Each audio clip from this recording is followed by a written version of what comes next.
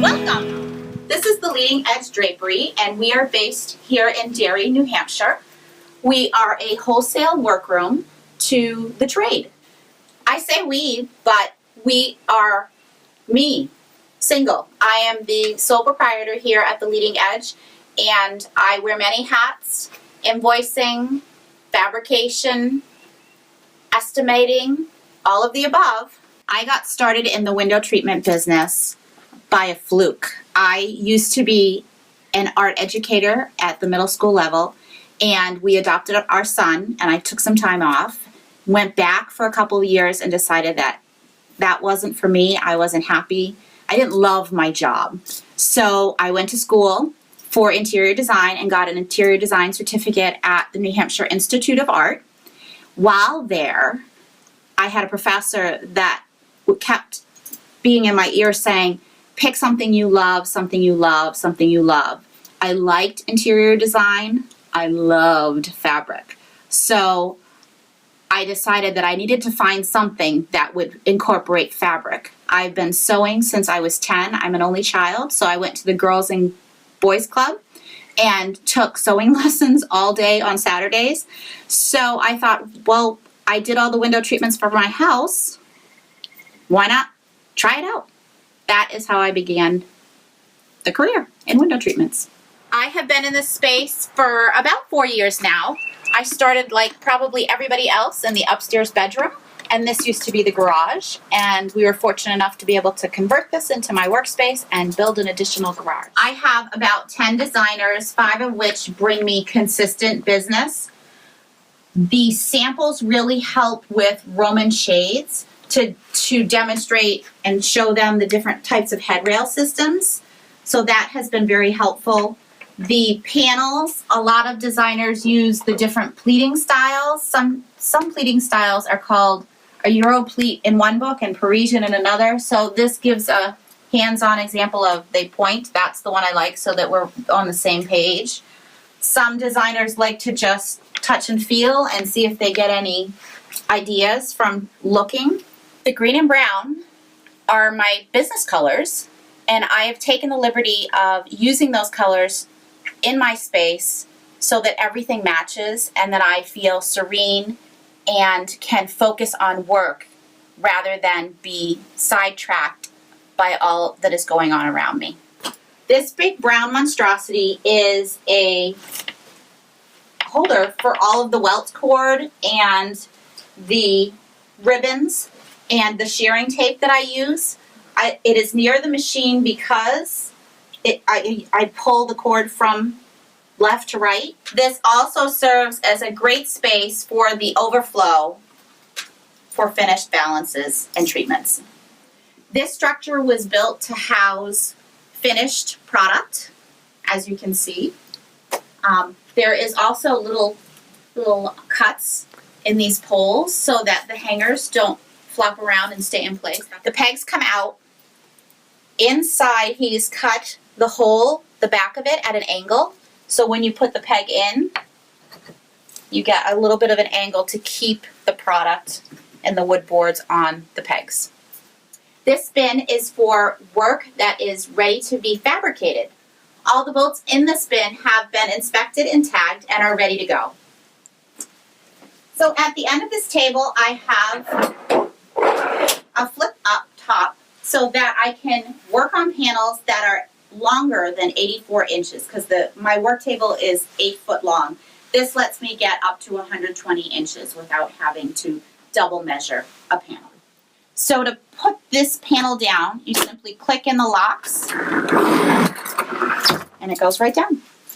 Underneath my table on either side, I have these L brackets that hold rulers. Each side contains a 72-inch ruler as well as two 48-inch rulers, so they're always at my disposal. In the new space, we didn't have as much wall to go up the wall to hang bolts of lining, so instead we added these 2x4s, projected them out, cut little notches, and that solved the problem.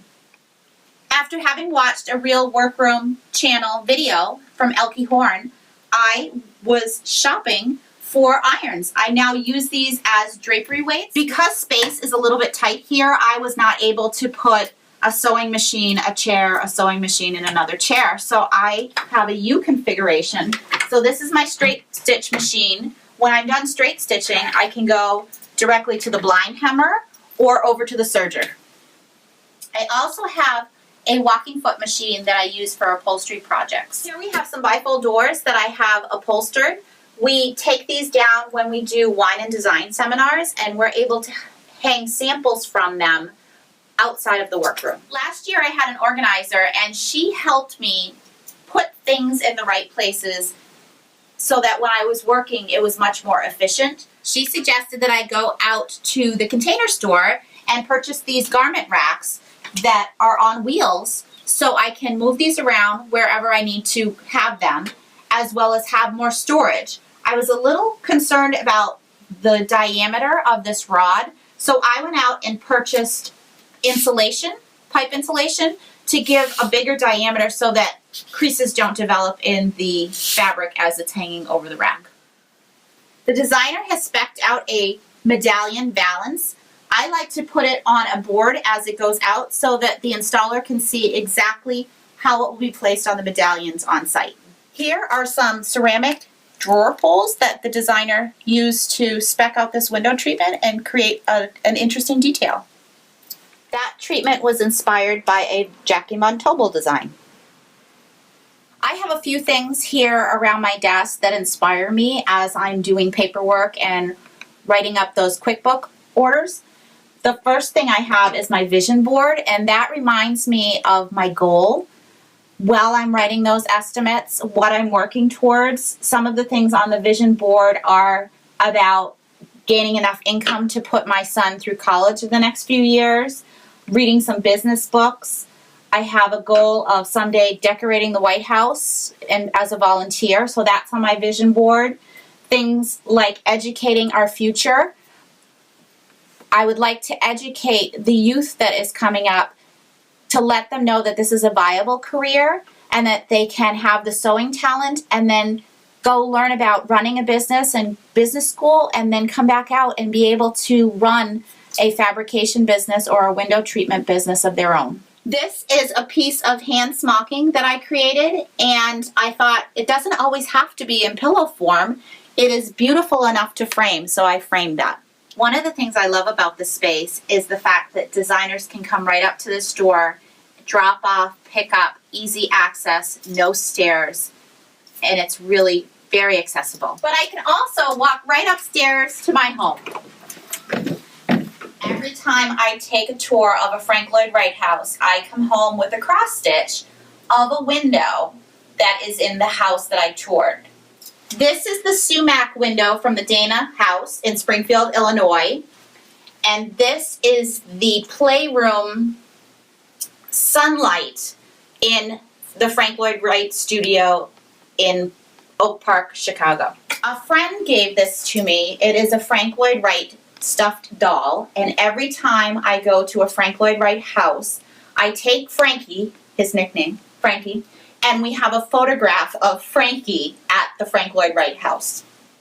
I love the clean line and the geometric shapes that I find in his work.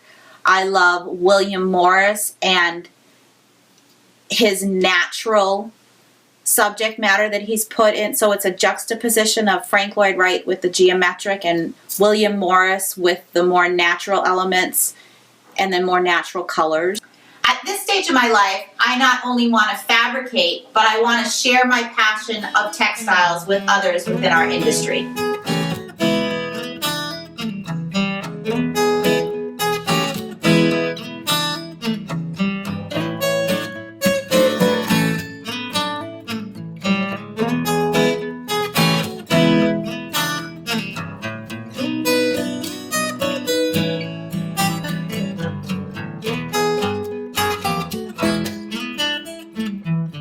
day.